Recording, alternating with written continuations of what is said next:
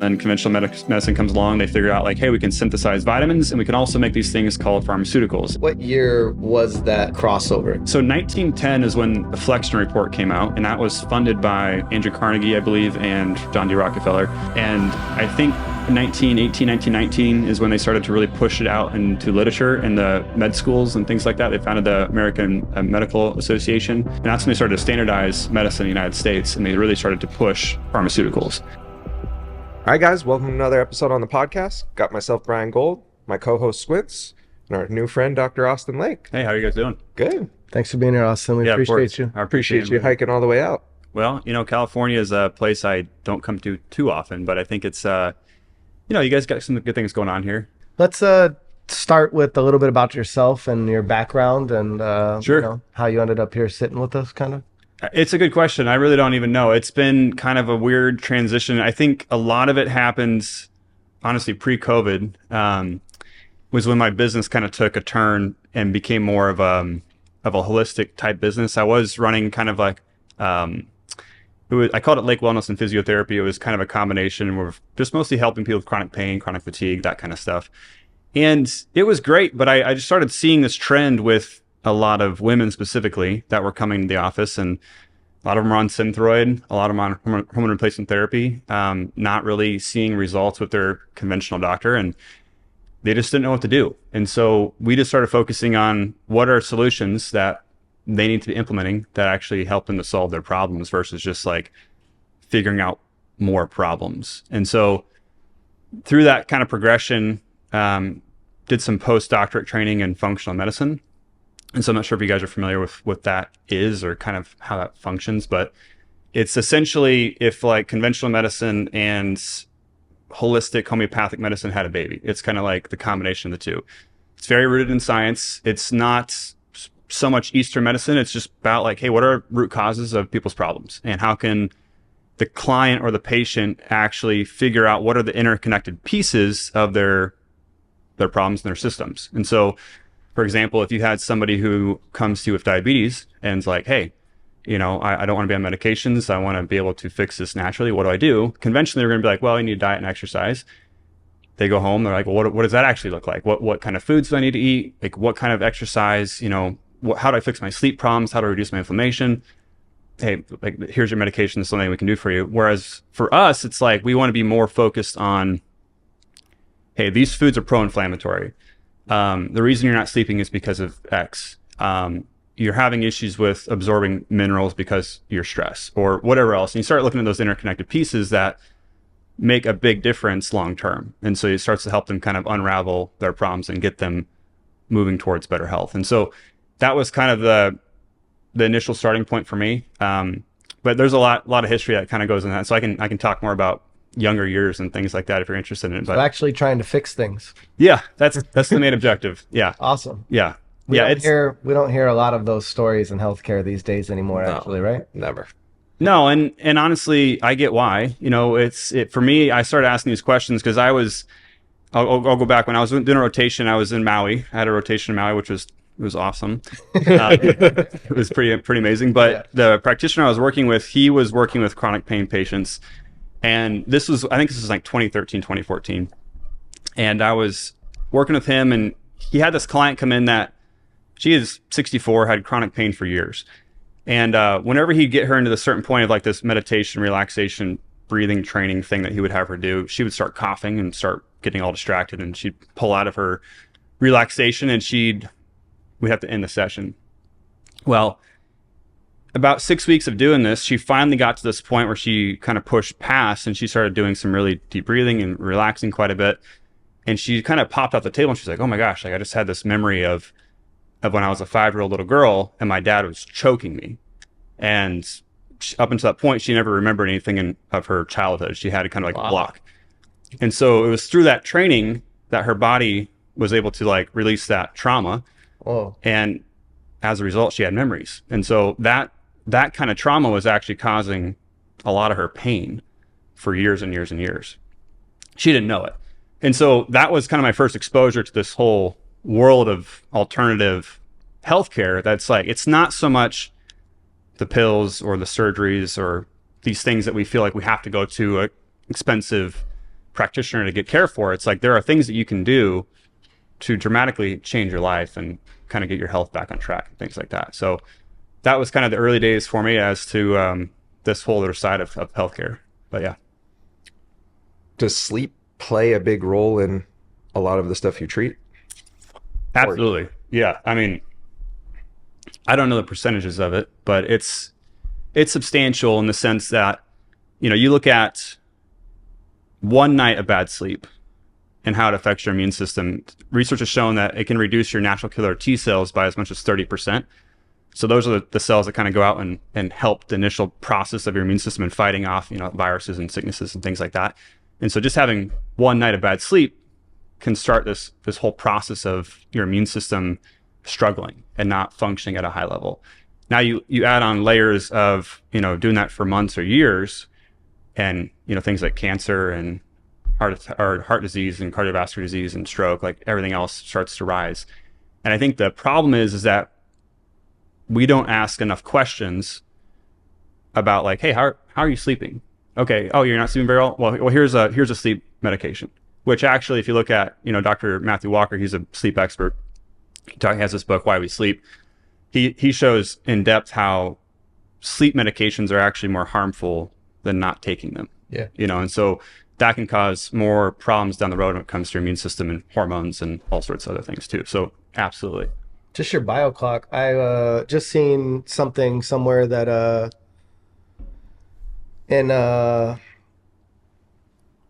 for people working graveyard, that they now have to let them know that it's a known carcinogen to not be on the clock that you're supposed to be on. Sure. You're having an alternative sleep cycle, and that it is detrimental to your health. Yeah. Now, HR has to dispose this information to people to let them know that you're basically taking a rise of risk of everything deadly because of Hope it's worth the pay.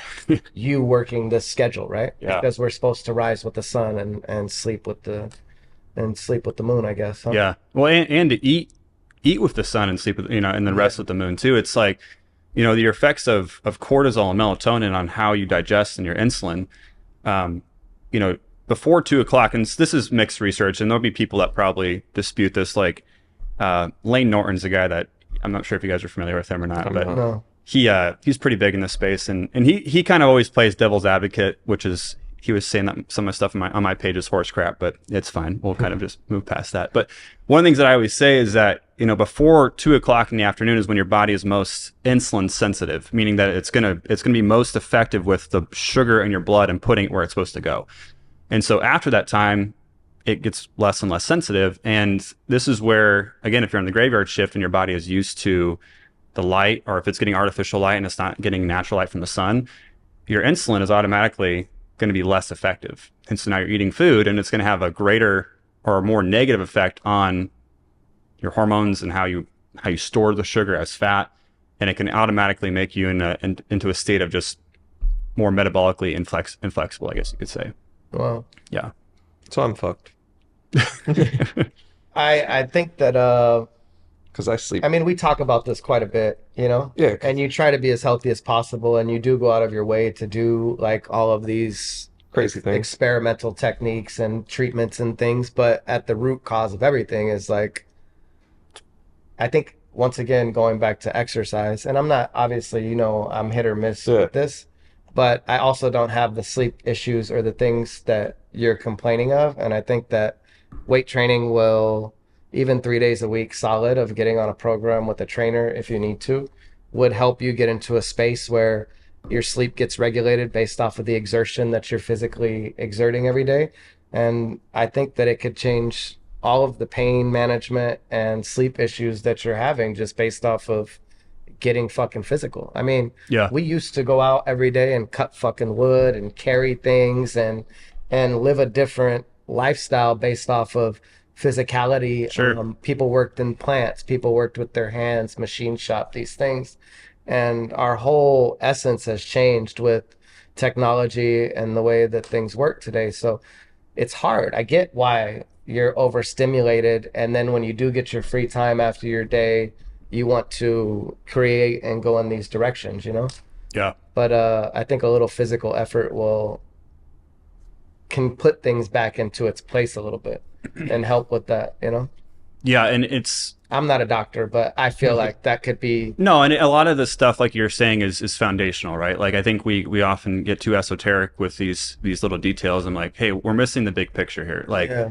we don't need to get so hyper focused on the specialized treatments or supplements or whatever else when like we're not doing the essentials with regulating circadian rhythm, doing some basic movement, eating healthy food. Like we kind of just get too off in the weeds on this stuff. So I think getting back to the actual exercise component, what that really does is it utilizes glycogen. It utilizes this energy component that we're kind of talking about. Whereas if you're not utilizing that, you're storing it, right? You're storing it as fat.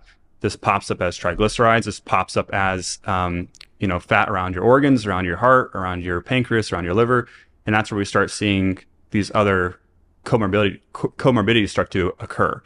So I think the easiest way to do it is just to ensure, number one, like, are you sleeping? If you are, great. Are you hydrated? Great. Are you having normal bowel movements? If you're not doing those things sufficiently, exercise is an added form of stress, right? And so you do have to kind of approach it with this bigger picture of like, am I checking other boxes of health? Because exercise in and of itself is not necessarily going to solve problems, but it can help to kind of complete the picture of your total health profile, I guess you could say. And so for a lot of people, they overdo it with fasting, they overdo it with exercise, they cut themselves short, and they cause this issue of adaptive thermogenesis where your body starts to slow your metabolism down because it thinks, hey, you're in survival mode, you're in starvation, I'm going to start conserving calories and storing them away.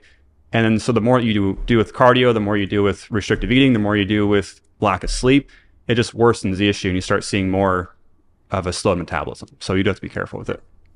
On the fasting, there's so many people talking about it these days. We go to dinner with friends, they're like, oh, I eat once a day, I starve myself for 24 hours. I'm like, I'm not starving myself for 24 hours. You out of your mind? Yeah. What is, in your opinion, the best way to do fasting, or if you even recommend it at all? Yeah, that's, again, in my opinion, there are millions of opinions on this. When I work with my female clients, which is primarily who I work with, I always have this kind of checkpoint, like that thing I was referring to earlier. It's like, if they are, okay, so I guess we always start with a meal plan and make sure they're eating the right foods, reducing inflammation. Then we start to look at how can we hydrate their cells and make sure they're actually absorbing, sodium and potassium in the cell and things like that.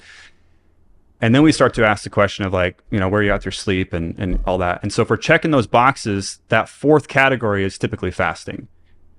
But you don't want to rush in too soon with it. So it's the right answer is it's individualized. Men probably can be a little bit more extreme than women because men's hormones are a lot more stable than women's are. Women, I typically start with like a 14-hour fast and progress up as they become more metabolically stable. And the way we look at this is just looking at thyroid, how much of a dose of thyroid medication are they on? Are they seeing a reduction in the thyroid medication? Are they gaining weight, or are they losing weight naturally? Are they having to, whenever you're having a weight loss, you have to kind of ask yourself, like, are you seeing a muscle loss or a fat loss? A lot of issues we see with this new medication, Wegovy or Ozempic, it's like they're seeing a muscle loss, right? Deteriorating tissue. Yeah, it's deteriorating good tissue. Yeah. And so that's affects, not a good thing. No, it affects this thermogenesis aspect that we're talking about. And so long term. I just seen something, sorry to interrupt. No, you're good. I just saw that your body fat index actually rises as they lose weight, which is like. Big problem. That's fucking bad news. Yeah. And their energy is going way down. Yeah. And see liver issues, thyroid cancer. So like that's the whole risk you run. So like the intermittent fasting question to me is like, I don't know, man. Like it really depends on you and where you're at in your journey. So I think when you're just looking at the science behind it, you'll start to see around the 24-hour mark, autophagy, which is this process of the cells kind of cleaning themselves up, really starts to increase around that 24-hour mark. I've had a lot of success around the 16 to 18-hour mark where you really start to see insulin resistance go down. You start to see weight loss. You start to see improved energy, reduction in inflammation. So it just kind of depends. Some people recommend like a 3-day water fast. Like that's great for your cells. And especially if you have any kind of diagnoses that are How often is somebody supposed to do this? I mean, I've seen people say once a month, I don't know. once every 2 weeks. I mean, it seems a little extreme for anybody living a modern Yeah. work schedule. Also, 3 days is kind of a. Sounds wild. I mean, it could be. I mean, some people handle it better than others, but I Yeah. feel like it could be dangerous in the sense of somebody being, out running around LA malnourished, trying to, not everybody can sit at home for 3 days Right. and get through it. There is this point in which if you are hydrated, that's the biggest thing. And if you are staying hydrated, where there's this point where after that 24 hours, your body will start to, it starts burning ketones and you do have energy that you can rely on. And so you're not like you're running dry. Your body can pull from those resources for a while. But yeah, I don't know. I have never recommended more than like a 24-hour fast personally for my clients, but I know people that recommend 3 days, 4 days. We see it in spirituality and different backgrounds that Yeah. fasting is part of a lot of these religious ceremonies. Yep. So it's obviously been Yeah, I mean, a part of our life for 40 days is thousands of years. 40 days is kind of that mark where your body can really push itself without food and just going with 40 days? 40 days. Wow. It's kind of the upper limit there. But yeah, I was just talking about like Passover and these other things or I know that do they fast during Ramadan? I think so, right? maybe. I'm not sure. Or they abstain from certain things, yeah. I think they're just eating like once a day, very small meals. Is that yeah. I don't want to misquote here. Yeah, I don't know. Yeah. But I do know that like even small like fasts are that was part of our life through, I'm sure more than even spirituality, but Practicality. Yeah. part of practicality that these religious things developed, right? Yeah, I think you kind of mentioned before, like the hunter-gatherer thing, like going out and just getting your food. Like it just took effort. And then you may have periods of time where you didn't eat or you stored up for a while and then you ate a lot. And I think when you look at, there's also this whole conversation that I'm not an expert on by any means, but just looking at the seasons and eating with the seasons. Yeah. Typically if you're in the wintertime, your eating patterns are going to change. Yeah. Yeah, versus the summertime. And so there's just a lot of factors you have to consider. I always get back to the sunlight. Like if you can just pay attention to the sun, and if you are having your circadian rhythm in rhythm with the natural cycles of the day, that's the best. Like I think if you can just stick to that, that's why I always say like that I usually say 80% of your calories before 2:00 is best for most people.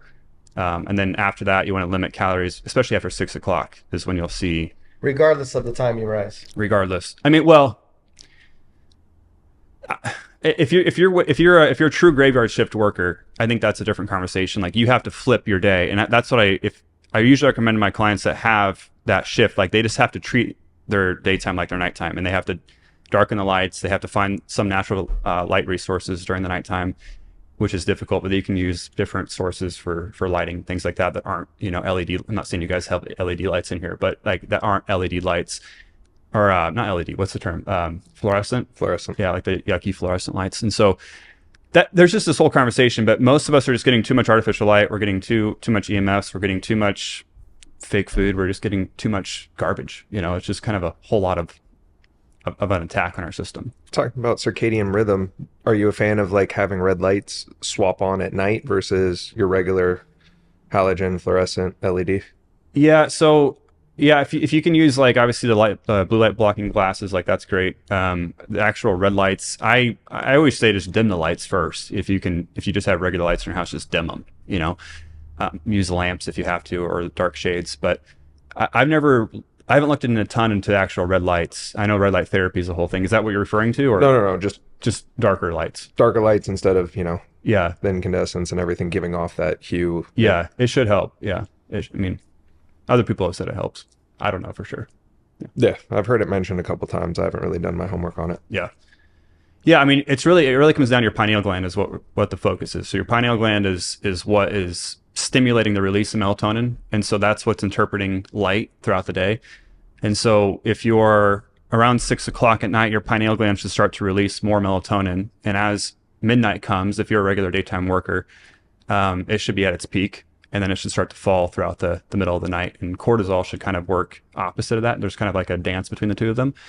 And so a lot of people do things that stimulate cortisol at night versus stimulating melatonin. And so that's why they have a hard time falling asleep or staying asleep. And so you have to kind of consider those different factors, like blue light. That's why blue light's such a big factor, is it stimulates more cortisol. Eating after 6 o'clock at night can stimulate more cortisol. Watching TV can stimulate cortisol. Being on your phone, like all those things are just playing into the cortisol rising versus falling. And that's where you start having issues with the quality of your sleep throughout the night. Yeah, mine starts to rise at 8 o'clock and tapers off around 2. Yeah. It's 2 in the morning. Yeah. So there's a couple of different things to consider. One, it's kind of a in-depth conversation, but I think to kind of... He said 2 in the morning. Yeah. And I tested it multiple times. I'm like, fuck, it is right. Yeah. So you have to control the variables the best you can, right? Like if there are things that you aren't controlling for, that's where you start, right? And so I guess the question is like, how do you do from 6 o'clock until bedtime? Like, what are you doing? Like, that's the question. I'm on my computer. I'm talking to people on the phone. I am not winding down. Have you tried to adjust your wake schedule just to offset it? Like where you're just, I'm going to make a commitment to get up at 5 a.m. and... Oh, no. Not happy. Oof. Fuck that. But I mean... But you got to remember, I'm an anomaly. And the reason why I say that is I have a pituitary adenoma, which is secreting everything. So I have to artificially get everything back to normal-ish. Yeah.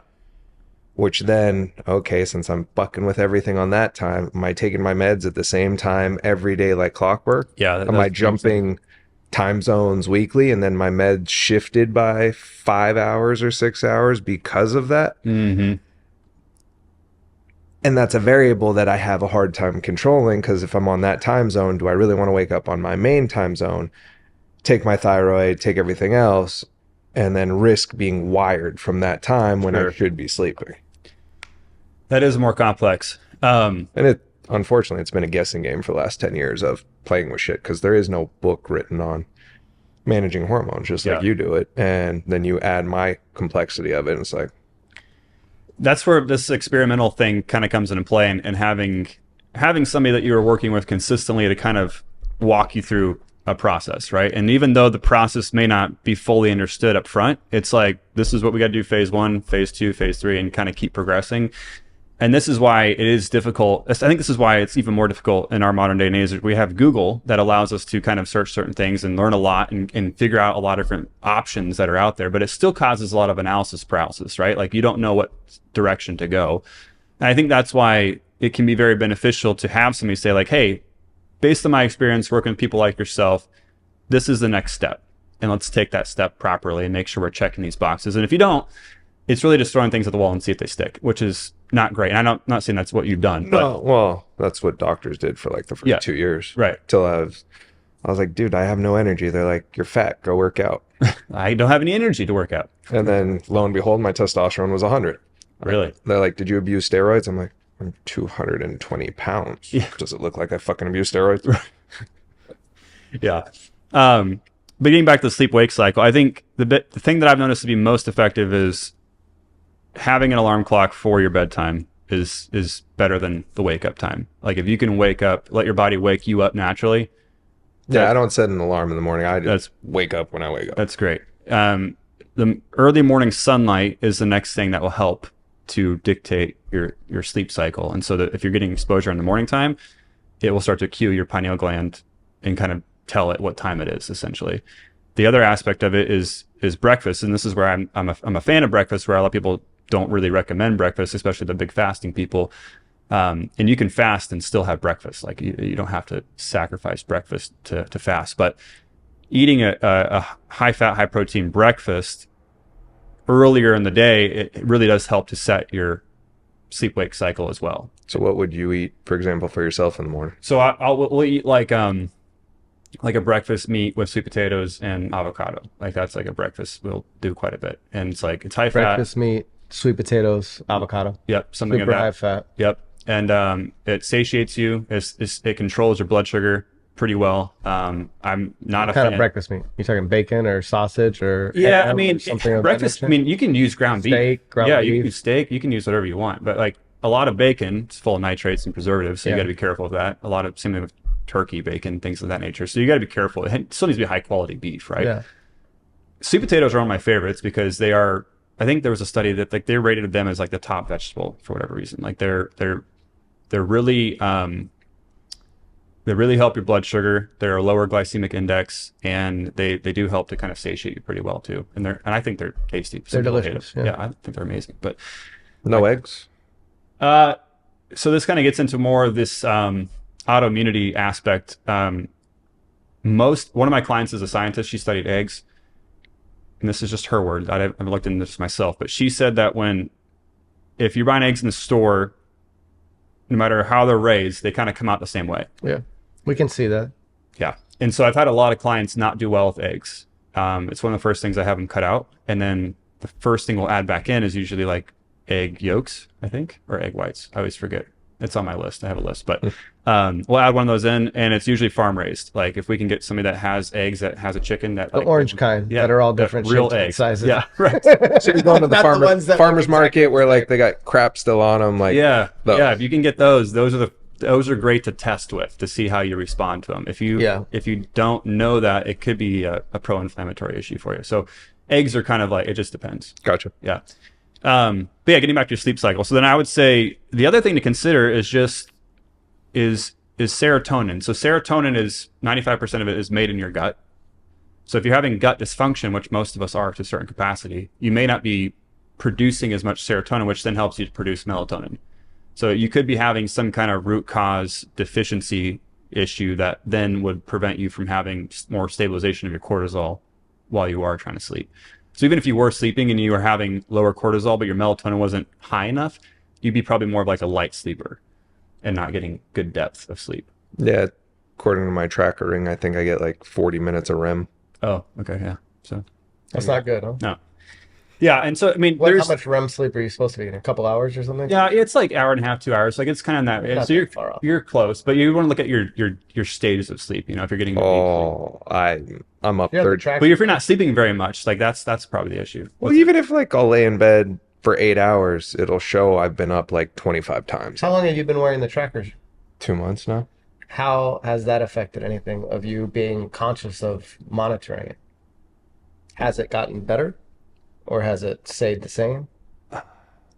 Is your some- conscious thought? I'm more thinking about it now. Okay. Since I've been jumping time zones, I kind of fucked myself a little bit. But now that I'm back in, Sure, obviously putting attention to it because you're yeah. tracking it. yeah. Yeah. And then like that alarm every night at 9:45, my phone vibrates and says, "Hey, start winding down for bed, stupid." Mine does too. That's interesting that they do that now. And I'm like, Apple. I prefer that alarm versus the other alarm. Sure. And then last thing I want to hear in the morning is any kind of alarm. Yeah. I'm like, fuck, my sleep's so fucked. Like, whenever my body wants to get up, whether it's been 45 minutes or 4 hours, hey, okay, my body feels good enough to function throughout the day.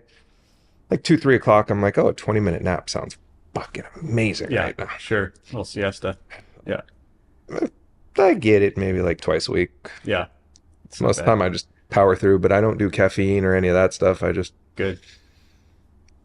water and iced tea once in a while. Do you take anything before bed for sleep? I forget which magnesium, but one of them. Glycinate or threonate? Glycinate. Okay. Yeah. That helps. Helps mostly with cortisol and kind of calming your brain. Do you have like racing thoughts ever, or is it just like? Oh yeah, my brain's always. Okay. So then I would look at threonate would be more of your magnesium of choice. It helps. It crosses the blood-brain barrier and it's a lot more effective at kind of calming your brain. I just got a spray from aloe that is absorbable through the skin. It's pretty cool. Is that threonate in it? I think so. Really? Yeah, I think Yeah. it's Some of them magnesium complex, threonate. and there's like a bunch of different magnesiums. Yeah, but it's absorbable through the skin. It's just like an oil. You can spray it on you. They tell you to spray like an area that's sore or whatever usually, and then but it does soak through pretty well. Yeah. There's some companies that only do sprays and topical treatments because they say it absorbs better. It doesn't pass your digestive tract. That's exactly what they explained Yeah. to me. Well, 'cause- It's $40, bro. It's a big bottle. It smells good. They got me at the register. I was buying Jen a dress, and I ended up with a bottle. I just ended up with a bag of all of their products, which were all pretty amazing. Actually, I was impressed. They had a natural deodorant and some lotion. Well, they say when you soaps and stuff. So take stuff orally, 70% of it is lost Mm-hmm. by the time you actually start to absorb. Yeah. Yeah. So this kind of gets in. This is a good segue into another conversation I feel like is applicable, but this is something that it's just that our food is supposed to be the source of this stuff, right? Like we're supposed to get it through our food, like we were for years and years. And back in the 30s, they were looking at soil depletion and trying to figure out ways to solve that problem, and never came up with a solution. Well, you can't monocrop. Yeah. And so, they create, genetically modified organisms so they can spray it with glyphosate. It's kind of like end up being what they did. And they just monocrop, which is like the worst possible thing because No the diversity. soil is never being renewed, right? Yeah. So seasonally farming, you would, plant seasonal, and these things, they grow in certain seasons because they all work off of each other's things. So Sure. it makes a very soil-rich environment, which our foods were all fortified with all of these different minerals. Some leave some take some take some Yeah. leave some. Some It's sharing called- system, symbiotic relationship. Yes, Yeah. exactly. We're in this situation where we started monocropping for money, and you've basically ruined some of the most fertile soil on Yeah. Earth. And now nothing is as nutrient dense as it once was, and we're trying to compensate with all of these things. Yeah. Am I on the No, right yeah. I page? mean, I'm not an expert on that topic, but I just understand farming Yeah, because I of think my you're right. background, so that's kind of like I've read into that a lot, Nice. Yeah. But that's kind of where we are, right? Yeah, and I think what's expedited that process is the genetically modified organisms, and like the reason they did that was just so that they could spray it with weed killer and not kill the crop, but they could kill the weed, right? Yeah. So, but as a result, those like glyphosate, it chelates or it grabs onto the minerals in the plant so that the plant, or not the plant, but the weed, so the weed dies. But the problem is you get some of that depletion of the crop as well, and then you also get the glyphosate in the crop. And so now, there was a study back in 2013 where they looked at the urine of the study subjects, and 80% of them had glyphosate in their urine. At this point in time, 10 years later, it's probably all of us to a certain extent. They found on the North and South Pole, they found glyphosate, and so it's everywhere. So that also affects this enzyme known as cytochrome P450, which then can have a pretty big effect on your intestinal lining of your stomach, your small intestine specifically. And that's where you start seeing issues like with leaky gut and enhanced intestinal permeability. And basically, are you guys familiar with that or aware of that? I'm aware of, Leaky gut, yeah. Yeah. And then SIBO's been the new topic. Yep. So that's where that problem is then perpetuated, in my opinion. I think we're getting demineralization in our crops. We're not getting it in our bodies. We're then having to take things like high doses of magnesium and high doses of, phosphorus or whatever else just to like function at a decent level. We're drinking things like caffeine all the time that are depleting these minerals and making it this vicious cycle to where if you have low magnesium, you have higher cortisol, and if you have higher cortisol, you have lower magnesium, and it creates this very vicious cycle. And so the real issue, in my opinion, is the things like the glyphosate, and how you can go to Italy, like, you and I were there a couple weeks ago, and they don't have glyphosate. Like, they don't have GMOs. Like, they don't have that in their food. And so you can go there and eat bread and eat the pasta, and you're not going to have a similar response because your body can eat those things. And we've been eating it for generations, right? We're now eating, proteins that are not the same, and gluten that are causing all these kind of responses in our immune system, because our immune system is like a foreign object, right? Like, it's like, this isn't supposed to be here. And now you have autoimmunity that's, I think I read a stat the other day, it's like, it's doubled or tripled in the last like 20 years, and it's happening more to women than it is to men, but it's happening more in developed countries than it is in undeveloped countries. Yeah. That's a big issue. So should be a big eye opener that obviously we have something wrong, no? right. Yeah. And that's, statistics say that the Amish and the guys in the Amazon and the rainforest and stuff that have been living and eating the same way for years yeah.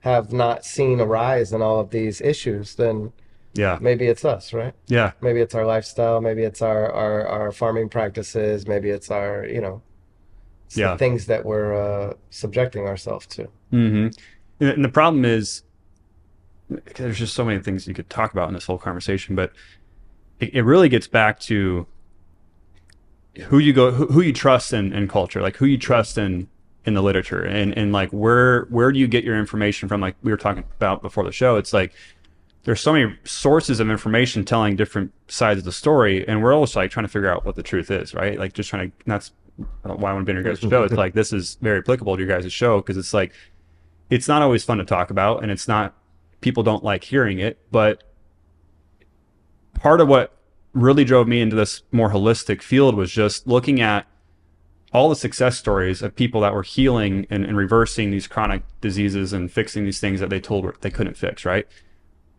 And then I look at the conventional mainstream literature, and it's like those things are quackery, you know, they're unfounded, and it's illegitimate and all those kind of things like that.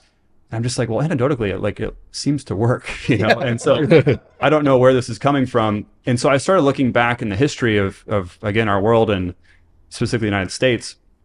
And this is where, like, you know, people like the Rockefellers and all that kind of stuff that own petroleum and that were involved in petrochemicals and all that kind of stuff really started to change the literature around mainstream conventional medicine from this more homeopathic, you know, more native, because like back in the day, like Americans were really reliant on like Native American medicinal medicines and things like that, and we're very natural in that sense. And then conventional medicine comes along, they figure out like, hey, we can synthesize vitamins and we can also make these things called pharmaceuticals, and we can use petroleum. What year was that like crossover? So 1910 is when the Flexner Report came out, and that was funded by Andrew Carnegie, I believe, and what's his name? Rockefeller, John D. Rockefeller. And I think 1919 is when they started to really push it out into literature and the med schools and things like that. They founded the American Medical Association. And that's when they started to standardize medicine in the United States. And they really started to push pharmaceuticals, just because there was a bunch of profit to be made. And, and the language started to change from anything that wasn't that was quackery. And that's when this whole quackery term kind of came into existence. Snake oil. Yeah, just like if it doesn't comply with what we say, witchcraft, right? It's witchcraft, it's quackery, it's unfounded, don't trust it, right? And so that's been going on since the early 1900s, and it's only gotten worse. And I think honestly, until 2020 and the pandemic hit, most people were very content with that narrative. And I think more people now are like, I think maybe I need to look elsewhere to get help. Yeah. Because I don't know if I can trust this anymore. Yeah. So. The smart people, at least. Yeah. Yeah. Or just the desperate people. Desperate. Yeah. Desperation is the first key, right? It's because when you have no other answer and they look you in your face and tell you, we don't have anything else that can help you. Yeah. You know what I mean? And it seems that the thing is to sustain. You see people age, and our parents and grandparents' generation with their pill box. Mm-hmm. And they're this and this and this and this and this. And you're like, well, fuck, man, I don't know that maybe this isn't the right line of things to actually heal the body or get it on a good path, right? Yeah.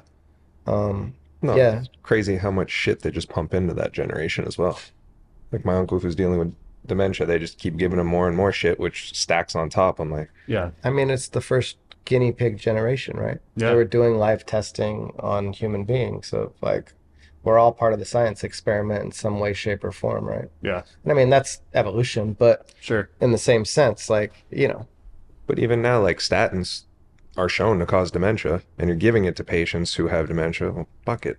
Let them have high cholesterol and reduce the dementia. Yeah. Or change the diet and fucking keep moving. Or analyze like what is actually wrong with their cholesterol. Are you just looking at total cholesterol, or are you looking at ApoB and Lp(a), which are much more predictable for a cardiovascular event than just LDL or low HDL or triglyceride? I mean, a triglyceride to HDL ratio is still important. You got to pay attention to that, but that's something that can very easily be fixed. And it's when, again, if you start to deplete cholesterol, that is what you use to build hormones. Like you have to have cholesterol to make sex hormones. If you don't have it, you can't do it. And so your brain also really loves fat, it loves cholesterol, and so it needs that to survive. And a lot of people deplete CoQ10 via the statin, and then they have muscle problems, they have brain problems, Alzheimer's, all that kind of issue, and they have low libido, and they have a terrible existence, right? Like why even why even exist, you know, after a while? Yeah. Like I found for me, just doing the ketogenic diet, which after a while I got tired of a lot of those foods, but my hormones balanced the best doing that. Yeah. And just I got tired of bacon, got tired of it's a lot of work. Avocado, cheese. Like I really don't want avocado anymore. Yeah. It's a lot. And again, I think I'm not strictly keto or anything like that. I think it really depends on the person. A lot of women go keto too soon, and it makes their hormonal situation a little bit worse because your thyroid does like some carbs. usually about 25% of your plate, I think, is a good amount. But some people swear by ketogenic diet. I think it really just comes down to what source of carbs are you eating. Like that's what I've noticed again is the bigger issue of, are you eating the breads, the pastas, all that kind of stuff that are probably sprayed with glyphosate and destroying your gut and increasing your autoimmunity and increasing your inflammation and all that kind of stuff. Like that's the bigger issue than just carbs themselves, in my opinion. That's just what I've seen. Let me ask you a question. Since we're on the forefront of like AI technology, obviously it's going to be directed in healthcare quite a bit. Yeah. It's going to take a lot of the human error out of diagnoses, obviously. They're going to keep relying on the machine because the machine's probably going to be more accurate than most people are. What are your opinions and feelings on this? Yeah, I've been thinking about this a little bit. I think the thing that's AI is going to help the most with initially is just speed. Yeah. Right. So for example, like when I'm writing a note for a client, it's like I can use part of AI and bust that thing out so much faster and get to more of the diagnostic thought process than I would have before. I can get there faster. I do think it's just a matter of time before AI is kind of running the show. Yeah. And it's inevitable because the more we feed into it, the better it gets. And I think people are afraid to say that because they don't want to scare practitioners out there and take away their jobs. But there's probably going to get down to where it's more just AI is helping to assist in the diagnosis and then helping to assist in the follow-up and all the assistant type dirty work that you'd have to do. And then humans are probably going to be there kind of just helping to facilitate that, unfortunately. But I could be completely wrong. I hope I'm wrong, because I think people need to be still working with people and having a human connection. But I also think your line of work would kind of fall by the wayside. Yeah. Which isn't a good thing. It will, but the one thing that you'll realize that I've realized, it's taken me a while to realize, it's not about information, it's about implementation. Yeah. Right. And so people need help to implement, and that's where that human connection is most critical. Everyone has Google. Everyone can look up a million different things, but if you say, hey, Susie, I understand what you're going through. I know you've had a rough last 10 years. Your husband died. You're going through a lot of stress. Let's try doing this one thing and making sure this is the focus for your next couple weeks. Like, you think you can do that? Like, a machine can't do that, And so like, there's always going to be that human connection to help with the implementation. I think will be, but again, that gets to more of like, and that's really what I am now is just a glorified health coach. Like, I just help coach people through difficult situations. That's kind of what we need from a practitioner, though, no? Yeah, I think so. I mean, if I'm not going to a surgeon because I got a broken bone or something that's protruding or obviously wrong, then like my health practitioner should be making a plan with me to improve my health based off of not treating a symptom, but figuring out what and why and what we can do to get on a better path, right? Yeah, 100%. Yeah, I mean, if you guys got in a car accident, you wouldn't want to call me. Like, I would be the worst person to help you. Yeah, like, that's I don't like trauma. blood. You want to go to a trauma center. Yeah. That's what they do. Right. I want a trauma surgeon. Yeah, you should. I drop things all the time. Yeah, and I think this is where the mindset stuff comes into it quite a bit with people's health. It's so much more about the belief that you being healthy matters. Like, people don't really value themselves enough to think that their health is even a factor in their life. Like, they don't think they matter. And I think that gets back to trauma again. Like, if you have trauma, whether it's a big trauma or a bunch of little traumas, those traumas have been shown to increase rate of self-sabotage, where you ruin your relationships, your finances, your health. Like, you're just more likely to sabotage your life because you have this like worth issue. And like, that's a big problem, I think, for a lot of people. I would agree. I think that we definitely don't give credit to our significance individually across the board, and in a whole, you know what I mean? Obviously, it's like, with one person discounting themselves and then a wave of that, then you have a society whose morale is low, which causes all types of systemic issues that transcend generations after that, right? Generationally, yeah, for sure. Yeah, we're kind of in a rut with that, I feel like now, right? Yeah. Where we're kind of in a place where, nobody has a lot of answers, a lot of opinions, not a lot of answers. We're bombarded with information, and it's hard to like kind of stay in a steady path. Yeah. Well, I think there's this issue of consumerism and creation creationism. I think too much of us are wanting to consume all the time. It's a dopamine hit all day long, and we don't want to put the work into creating good health takes a lot of work.